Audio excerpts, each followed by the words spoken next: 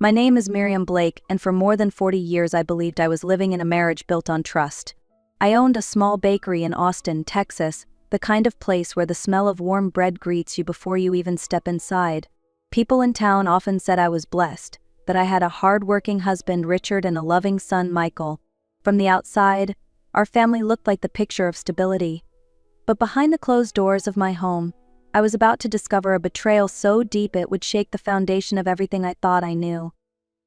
It started on a quiet evening when Richard returned from another one of his so-called business dinners. He looked exhausted, or at least he acted the part.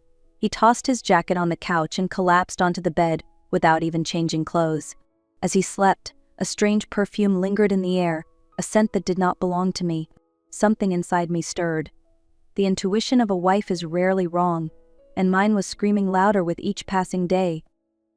Later that night, I walked into the garage, opened the glove compartment of his old SUV, and found a tube of personal lubricant. My hands trembled as I held it. Richard and I had not shared that kind of intimacy in years. What was it doing there? I did not say a word. I simply replaced the contents with industrial-strength superglue. I placed it back exactly where it had been and closed the glove box. At that moment, I did not fully understand where this decision would lead. I only knew one thing. Richard's lies were about to collide with the truth, and when they did, the entire neighborhood would hear the sound of it. The next morning, I sat at the kitchen table with a cup of coffee growing cold between my hands. The house was heavy with silence, the kind that presses against your chest. Richard came down the stairs, his tie crooked, his eyes shadowed. He barely looked at me as he muttered something about an early meeting. It was the same excuse he had been using for months. I watched him leave, his car pulling away from the driveway, and felt that silence grow louder, more accusing. When you live with someone for decades, you learn their patterns, their rhythms, their moods. Richard's were no longer familiar. He carried an invisible weight, and no matter how carefully he tried to mask it, I could feel the distance widening between us. There was a time when he would sit with me, ask about the bakery, even help roll dough on Saturday mornings. Now he brushed past me like a stranger late for a train. I tried to convince myself it was just age, stress, the natural erosion of long marriages, but then came the details too sharp to ignore. The faint trace of an unfamiliar perfume on his shirts. The way he pulled out his phone and quickly turned the screen away whenever I entered the room. The dinner receipts from places he never mentioned. Once he told me he was meeting partners in Dallas, but the slip of paper in his pocket said San Antonio. Small things, yes, but small things are often where the truth hides. I wanted to ask him directly, to demand an answer, but something stopped me. Perhaps it was fear of hearing what I already knew. Instead, I folded the silence around myself like a blanket, waiting, watching, and preparing for the storm that was bound to come. That evening, after Richard had gone to bed, I gathered his jacket and emptied the pockets before placing it in the laundry basket. A folded receipt slipped onto the floor. My hands stilled as I picked it up. It was from an upscale steakhouse in San Antonio, dated that very night. My chest tightened. Richard had sworn he was in Dallas. The receipt showed 2 entrees, a fine bottle of Cabernet, and dessert for 2. I could almost see the candlelight reflected in his glass, the smile he once saved only for me. I placed the receipt on the counter and tried to calm my racing thoughts. Perhaps it was a client dinner. Perhaps he had not mentioned it because it meant nothing. But then I remembered his words from years ago, how he hated the long drive to Dallas, yet San Antonio had always been a place of warm memories for him. And now he was creating new ones, but not with me. Later, as I cleaned the living room, I noticed his phone buzzing with a new email. Richard never used email, he always joked he was too old for all that. Still, the subject line glowed on the screen. I hesitated, then opened it. Just 5 words, each one a knife to my chest. "You were amazing tonight, Dad." My breath caught. Who was calling him Dad with such intimacy? Why did it feel less like family and more like a lover's whisper? I placed the phone back exactly where I found it, my fingers trembling. My heart wanted to dismiss it all as a mistake, but my instincts refused to be silenced. The gel in the glove box, the perfume, the receipt, the email, they were puzzle pieces forming a picture I was terrified to see. I knew I needed help. Proof. Answers I could not deny. The next morning, I picked up the phone and dialed a number I had not used in years. Donna Miller, an old friend from my early bakery days, answered with her warm but slightly surprised voice. We had lost touch, but I remembered her once telling me, "If you ever need to know the truth about someone, I know a man who can help." At the time, I had laughed. Now, my hands shook as I asked for his name. Within the hour, Donna sent me a message with a contact, Thomas Reed, private investigator. "He specialized in infidelity cases," she said, "and he was discreet."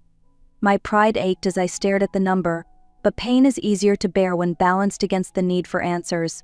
I dialed, and a calm, professional voice answered. By noon, I was sitting in a small cafe downtown, the smell of roasted coffee in the air, waiting for a stranger to help unravel my life. Thomas arrived wearing a light blue shirt and carrying a small notebook. He listened without judgment as I slid a flash drive across the table, filled with photos I had taken, the gel, the napkins, the receipt, the email. My voice trembled as I explained my suspicions. He nodded slowly, jotting down details. "Mrs. Blake," he said quietly, "I will begin following your husband this afternoon. Do not worry. I will update you as soon as I can." His words steadied me, though my heart still felt like it might collapse. That evening, as I was sorting invoices at the bakery, my phone buzzed. A message from Thomas appeared on the screen. Attached was a photo of Richard walking into a restaurant. My stomach twisted as I zoomed in. He was not alone. His hand was holding another, smaller hand, and the woman beside him, her dark hair, her familiar figure was unmistakable. It was Allison, my daughter-in-law, Michael's wife, the mother of my grandchild. My entire world shifted in that moment. Betrayal had a face, and it was one I had welcomed into my family. The photo burned into my mind long after I set the phone down. Allison, the young woman I had embraced as a daughter. The one I had taught to make our family's flan recipe, who had sat at my table on holidays and called me Mom. Now she was walking hand in hand with my husband.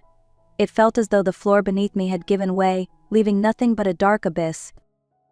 Over the next several days, Thomas sent more evidence, each piece sharper than the last. A video of Richard and Allison laughing together in a dimly lit corner of an expensive restaurant. The way his eyes softened when he looked at her, a gaze I had not seen directed at me in decades. Photos of them checking into a hotel under the cover of night. And then came the audio recording, snippets of whispered conversations, caught by careful surveillance. Allison's voice, low and urgent, "Dad, hurry up with those papers. I want the whole chain of stores in my name. I want that old woman out of the picture." My stomach nodded at her words. That old woman. She was speaking about me. Richard's response was calm, almost amused. "Do not worry. Miriam trusts me too much. She will never see it coming." They were not only betraying me in love but plotting to steal the bakery I had built with my own hands. Every loaf of bread, every sleepless night, every delivery before sunrise, they wanted it all, without lifting a finger. I sat in the bakery office late into the night, the glow of the screen highlighting my lined face as I replayed the files again and again. Each word felt like a hammer shattering the fragile glass of my trust. 40 years of marriage reduced to lies. The man who once promised me forever now scheming behind my back with the very woman who had vowed to love my son.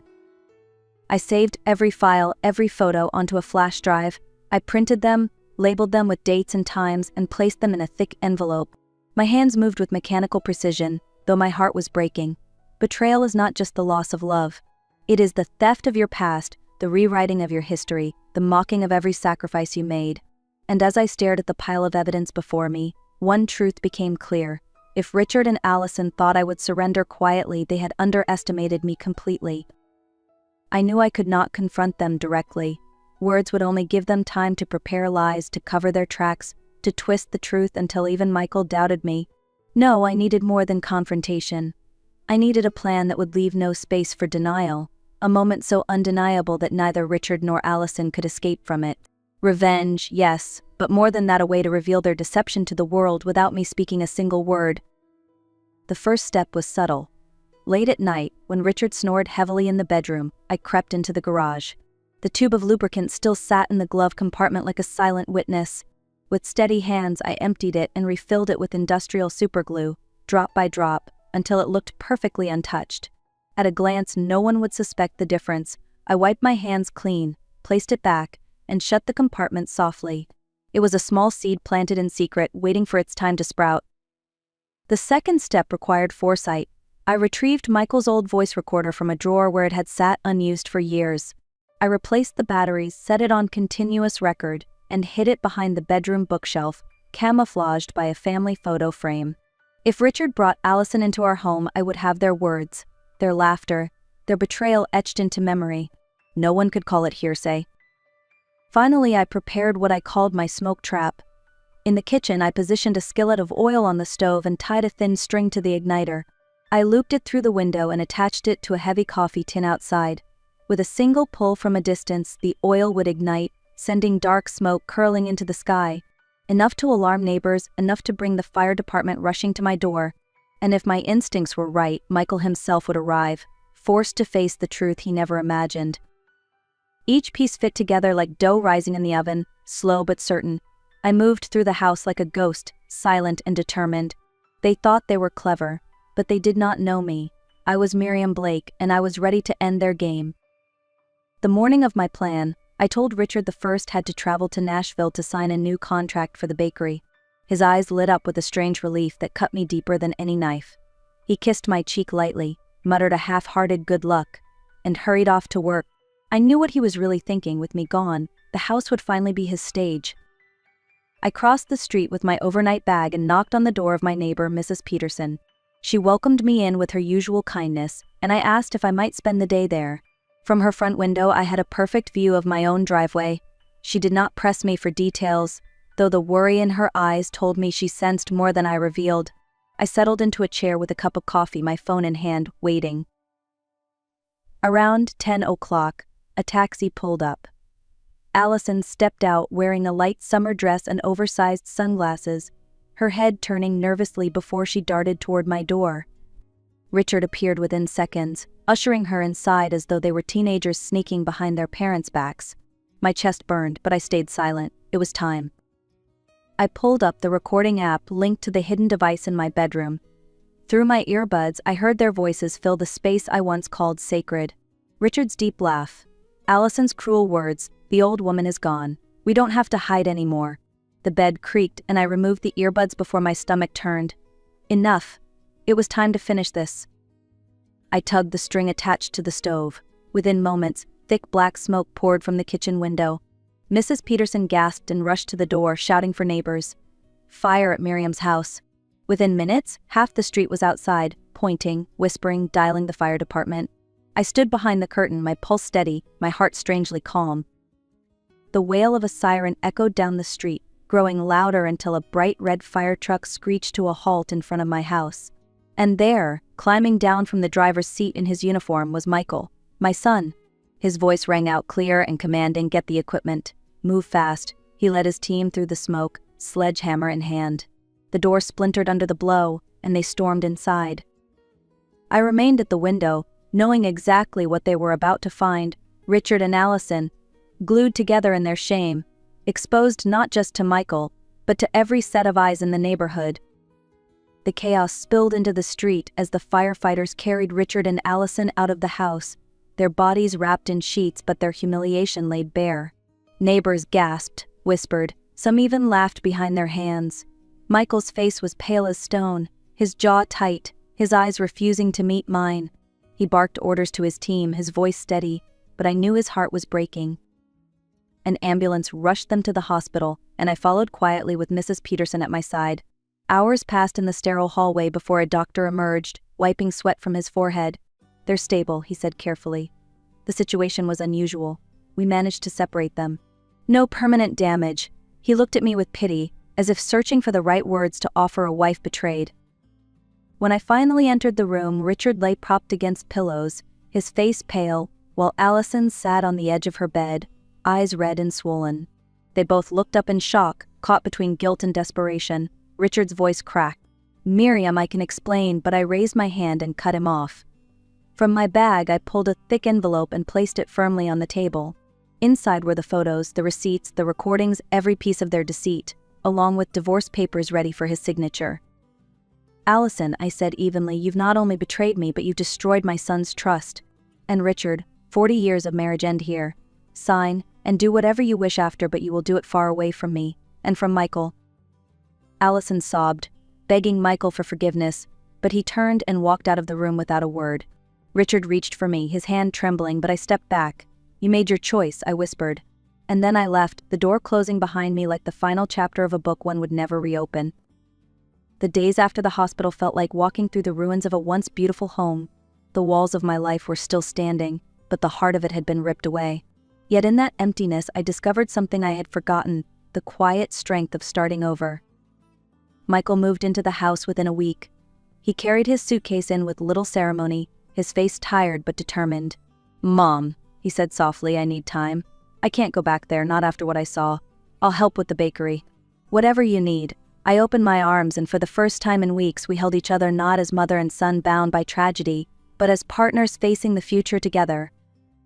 Life at the bakery slowly returned to rhythm. I rose before dawn, kneading dough while Michael handled orders and deliveries. Customers filled the small shop, their kind words carrying me through the hardest days. Mrs. Peterson stopped by often, buying her favorite flan and reminding me with a gentle smile, "You're stronger than you think, Miriam." Her faith in me became a balm for wounds that still stung. Evenings were quieter now. Michael and I shared simple meals at the kitchen table: bread, soup, sometimes just coffee and cake. One night he asked me, almost shyly, "Mom, can you make flan this weekend, like you used to?" I smiled, a real smile, and said, "Only if you help stir the caramel." His laughter filled the room, a sound I thought I might never hear again. In that moment I realized healing had begun. I also began to carve out space for myself. I joined a cooking club at the community center, where women my age swapped recipes and stories. On Sundays I returned to church, sitting quietly in the pews, praying not for Richard or Allison, but for Michael and for myself. Slowly I felt light seeping back into places once dark. The betrayal had taken much, but it had not taken everything. I still had my son, my bakery, and my will to rise again. Looking back now, I see the betrayal for what it was, not just a broken marriage, but a test of my spirit. Richard and Allison thought they could strip me of my dignity, my bakery, and even my family. They succeeded in breaking my heart, but they failed to break me. In the end, they were left with shame, while I remained with what truly mattered. The bakery stands as proof of that. Every morning, when the smell of fresh bread fills the air, I am reminded of the life I built with my own 2 hands. Customers come through the door, not just for pastries, but to share a smile, a story, or a kind word. And beside me, Michael works with quiet strength, healing in his own time, showing me that love between a mother and son is stronger than any storm. If there is one lesson I carry from all this, it is that intuition should never be ignored. A woman's instinct is not weakness, it is wisdom earned through years of love, sacrifice, and survival. And when betrayal comes, as cruel as it may be, we are not powerless. We can stand, rebuild, and even thrive again. So to anyone listening, if this story touched your heart, let me know where you are hearing it from. Share it, subscribe, and join me for more stories of resilience and truth. Together, we remind the world that no matter what is taken from us, our strength can never be stolen.